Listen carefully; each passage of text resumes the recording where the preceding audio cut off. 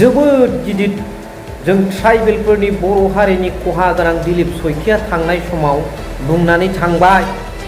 बेखौ slim slim फबफिनलांनो थाखाय मानगोनां आसामनि CM हेमन्त बिश्व शर्मा बिथाङा फैबाय आरो स्लिम स्लिम क'क्राझाराव फैनानै फबलांबाय, बुंफ्लालांबाय। बेजोंनो जों मा हजम खालामनानै थांसै नामा? आसामनि स्टेट BJPनि प्रेसिडेन्ट जानो हागौ बियो, भारत संबिजितनि बिफा मालाबाबो दिलीप सयखिया जानो हाया। आरो जोंनि बर' माखासे नेताफोरखौ नायदो, कर्मकर्ताफोरखौ नायदो, सापर्टार्सफोरखौ नायदो, BJPआव लोब लोब थांदों, BJPनि जानानै मावगासिनो दं। गोख्रैनो थाबैनो BJPखौ नागारनानै BPF नङाबा UPPLआव फैदो। नोंथांमोना बबेखौ साबसिन मोनदों फैदो। ओरैनो देरहायाखै दिलीप सयखिया MP खौ बर'नि भट लानानैसो बिथाङा देरहादों। बर'नि कन्ट्रिबिउसन दं दिलीप सयखिया देरहानायाव। आरो बेबादि अदम गोसोनि सासे नेता दिलीप सयखिया बादि सासे नेताया जों बर'फोरखौ गादबनाय, साप्रेस अप्रेस गाग्लिनायनि खोथा बुंफैदों। लाजिनांगौ बियो दिलीप सयखिया। BJPनि प्रेसिडेन्टखौ बियो गारथों। बिस्वजित दैमारी दाङ'रिया थगाबो पारे, दिपेन बर' दाङ'रिया थगाबो पारे, किन्तु दिलीप सयखिया दाङ'रिया खेथियाव बर' रायजोखौल' थगाबो नुवारे। जों खुनु गिनांगौ गैया, जों जेब्लाबो गोरा जानांगौ। स' दिनैनि भिडिअ'आव बेखौनो जोबोद लासिं सिङैबाबो माबोरै BJPजों सिथाबफानो हाखो बर' नेताफ्रा, कर्मकर्ताफ्रा, सापर्टार्सफ्रा, बेखौ दिनैनि भिडिअ'नि गेजेरजों सावरायगोन। आरो आं दाबो आर'ज खालामो, दाबो सम दङ। नेसनेल पार्टि BJPखौ गारनानै लोब लोब रिजनेल पार्टियाव फैदो, फै। Hello' everyone, once again welcome back to the channel. दिनैनि गोदान भिडिअ'आव नोंथांमोन बयखौबो गोसो गोथारै बरायदों। लोगोसे आसा खालामो इसोरनि अननायाव नोंथांमोन बयबो मोजां दं। स' लासिं सिं बाथ्राया बेसो, थांनाय समाव दिलीप सयखिया बिथाङा BJPनि आसाम स्टेटनि प्रेसिडेन्ट, बिथाङा प्रेसिडेन्टखौ गारथों। बिथांनि लासिं सिं हिउमेनिटिखौ डेस्ट्रय खालामनाय भाषाया स्टेट मा मोनसे प्राइमारिनि प्रेसिडेन्ट जानोबो बियो समाया।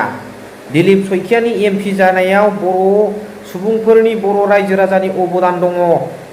BJP हिसाबै दिलीप सयखियाखौ सासे नेता खालामनायाव, MP दैथायहरनायाव बर'नि गोथार आफादनि, मोनसे सिनस्रि आफादनिबो अबदान दङ। बेखौ बिथाङा मिथिनानै लाथों। बर'नि भट नङामोनब्ला बर'नि भटजोंसो बिथाङा MP देरहानो हादों। आरो बले दिनै बिथाङा ट्राइबेलफोरखौ फोजोबस्रांनायनि मोनसे षड़यन्त्र आरो खामानि मावगासिनो दङ। गोसोआनो गेसावखा, बेनिखायनो बिथांनि खुगानिफ्राय बेरखांदों। बिथाङा दिलीप सयखिया BJPनि स्टेटनि प्रेसिडेन्ट जानो हागौ, बबेबा डिस्ट्रिक्टनि हेड जानो हागौ, बियो कनस्टिटिउसननि बिफा नङा। कनस्टिटिउसनासो जोंनो जोंनि ट्राइबेलफोरनि मोनथायखौ होदों। कनस्टिटिउसनासो जोंनो माखासे राइट्स एन्ड प्रिभिलेजेसखौ होदों। आरो जोङो गोबाव समनिफ्रायनो बे राइट्स एन्ड प्रिभिलेजेसखौ इन्जय खालामगासिनो दङ। आयेननि दारैसो जादों बियो। सोरबा अननानै सोरनिबा दयायाव जानाय बुस्थु नङा बे। बाव गोबां बर'नि आन्दलन, थै आरो गोरोमदैनि जुरित्थ दं। बे BTCआबो, बे बड'लेण्डआबो, ट्राइबेल बेल्ट एन्ड ब्लक आरो सिक्स सिडुलाबो। बेखायनो दिनैनि दिनाव लाजिनांगौ। जायफोर नेताफोरा, कर्मकर्ताफोरा, सापर्टार्सफ्रा दिनैबो नेसनेल पार्टि BJPआव लोब लोब थांगासिनो दं, BJPनि जानानै खामानि मावगासिनो दं, BJPखौनो फैगौ BTC इलेक्सनाव देरहाहोनो नाजागासिनो दङ। যোন নেতা সকলে BJPৰ হৈ আজিলৈকে কাম কৰি আছে, তেখেতসকলে লাজ লাগিব লাগে। दाबो सम दं। बिथांमोना नेसनेल पार्टिखौ नागारनानै, BJPखौ नागारनानै रिजनेल पार्टियाव हाबफैदो। दाबो सम दं। गुरैयै आङो खावलायहरो।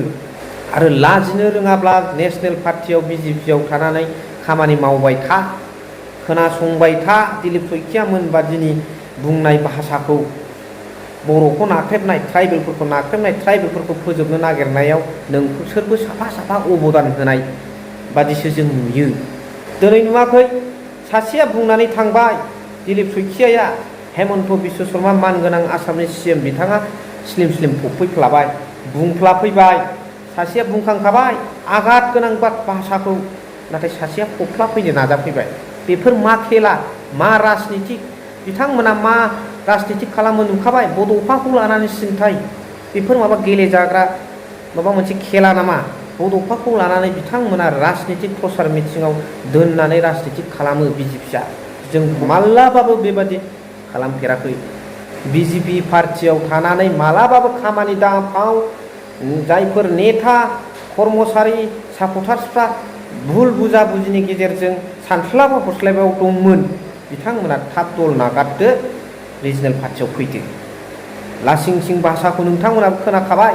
बिस्वजित दैमारी दाङुरिया थगा बुफारे, दिपेन बर' दाङुरिया थगा बुफारे, किन्तु दिलीप शइकिया दाङुरिया आमार राय सकलक थगाबो नुवारे। जों गोरा जानांगोन। जोंखौ दिलीप शइकिया मालाबाबो थगायनो हानाय नङा, थगायजानायबो नङा। जों मा सानो रायजो राजाफोर कमेन्ट्सनि गेजेरजों जरुर फोरमायहर। थेंक इउ भेरि माच फर वाचिं।